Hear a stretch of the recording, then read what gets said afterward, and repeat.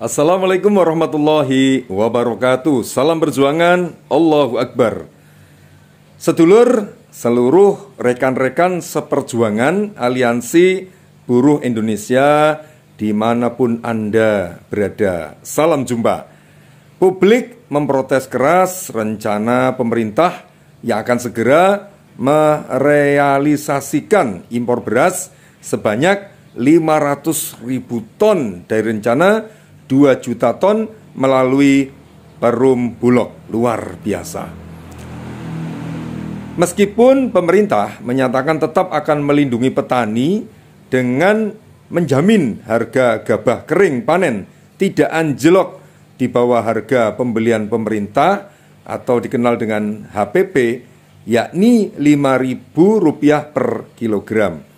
Kebijakan impor beras sebanyak 2 juta ton pada 2023 oleh pemerintah merupakan sebagai bentuk salah arahnya visi politik pangan. Ini sungguh sangat ironis. Walaupun pemerintah menyatakan tetap akan melindungi petani dan impor akan dilakukan setelah lewat masa panen. Tetapi pernyataan ini tidak cukup menjamin dan menenangkan petani. Dulur, walaupun kita belajar dari kondisi sebelumnya, pernyataan seperti ini sudah memberikan pengaruh besar pada harga di tingkat petani. Wacana impor kerap dimainkan oleh para spekulan atau mafia untuk menekan harga gabah. Sedangkan banyak petani yang buta harga pasar. Apalagi kendali harga dan pasar selama ini memang berada di tangan pedagang besar atau korporasi, bukan di tangan pemerintah ya. Selain itu, impor pun tidak menjamin stabilitas dari harga pangan sebagaimana yang kita rasakan saat ini. Jelas sekali ini bukti kegagalan negara mengurus pangan rakyat karena salah arah atau lemahnya visi politik pangan akibat menggunakan konsep kapitalisme neoliberal yang lahir dari asas batil sekulerisme. Dulur, kegagalan ini dapat kita tinjau dari dua sisi. Yang pertama, ini adalah ketergantungan pada impor.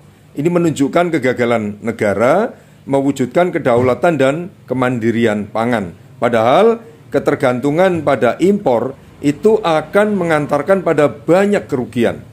Semakin hari petani dan aktivitas pertanian akan mengalami apa yang disebut sebagai menyusut ya. Siapa yang mau bertani? Coba kita bayangkan ketika negara lebih mudah impor daripada menghargai produksi petaninya sendiri ya.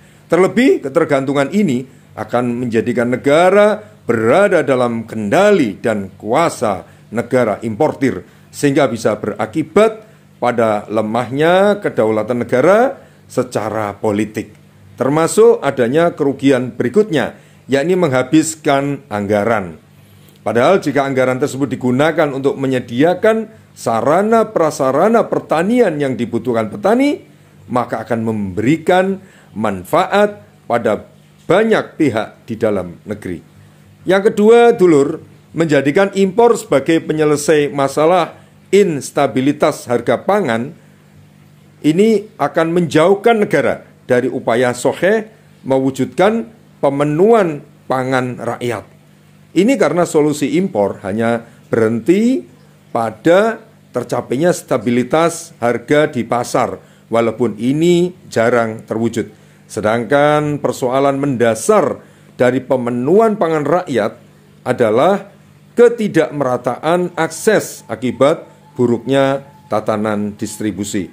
Ketika harga stabil, bukan berarti semua rakyat bisa menikmati pangan secara merata, berkualitas, dan harga terjangkau. Penyebabnya, untuk bisa mendapatkan bahan pangan tersebut harus dengan membeli, dan inilah satu-satunya mekanisme distribusi yang berlaku dalam sistem kapitalisme, yaitu mekanisme harga.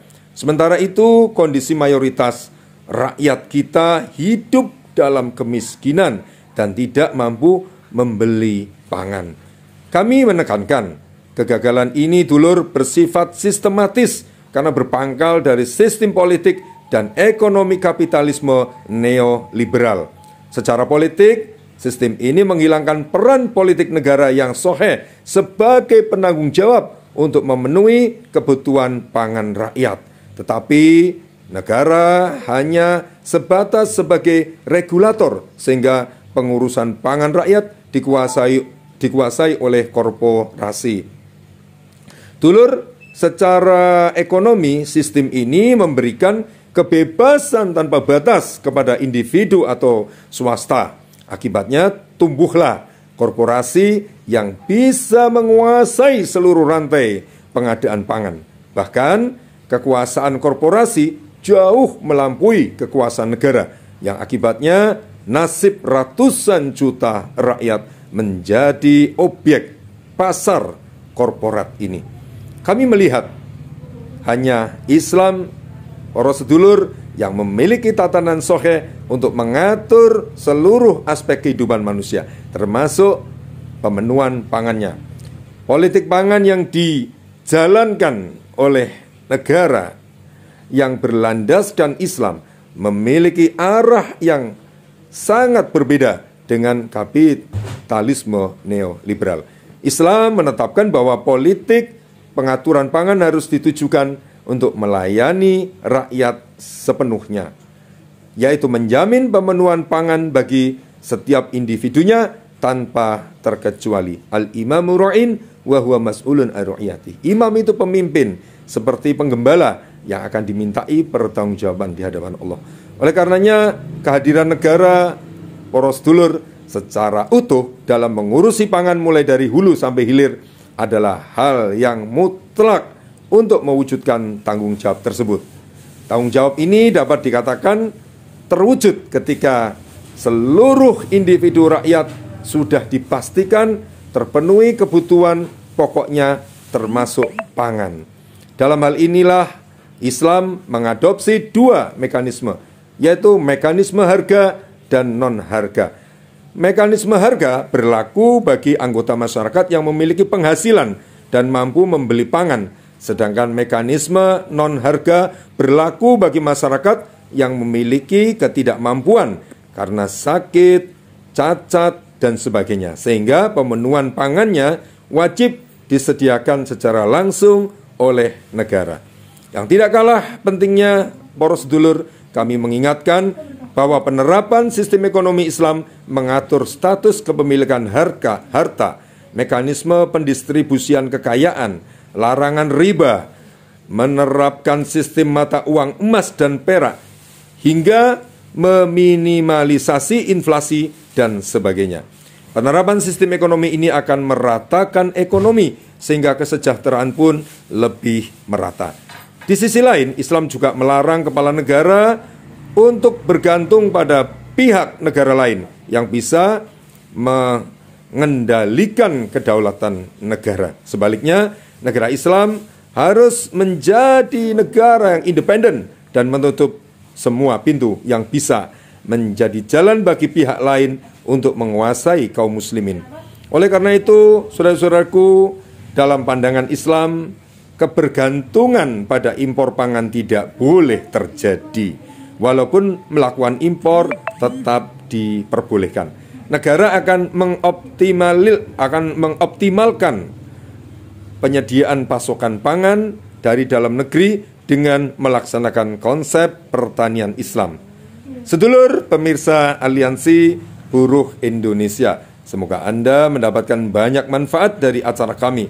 Sampai bertemu lagi di channel yang sama.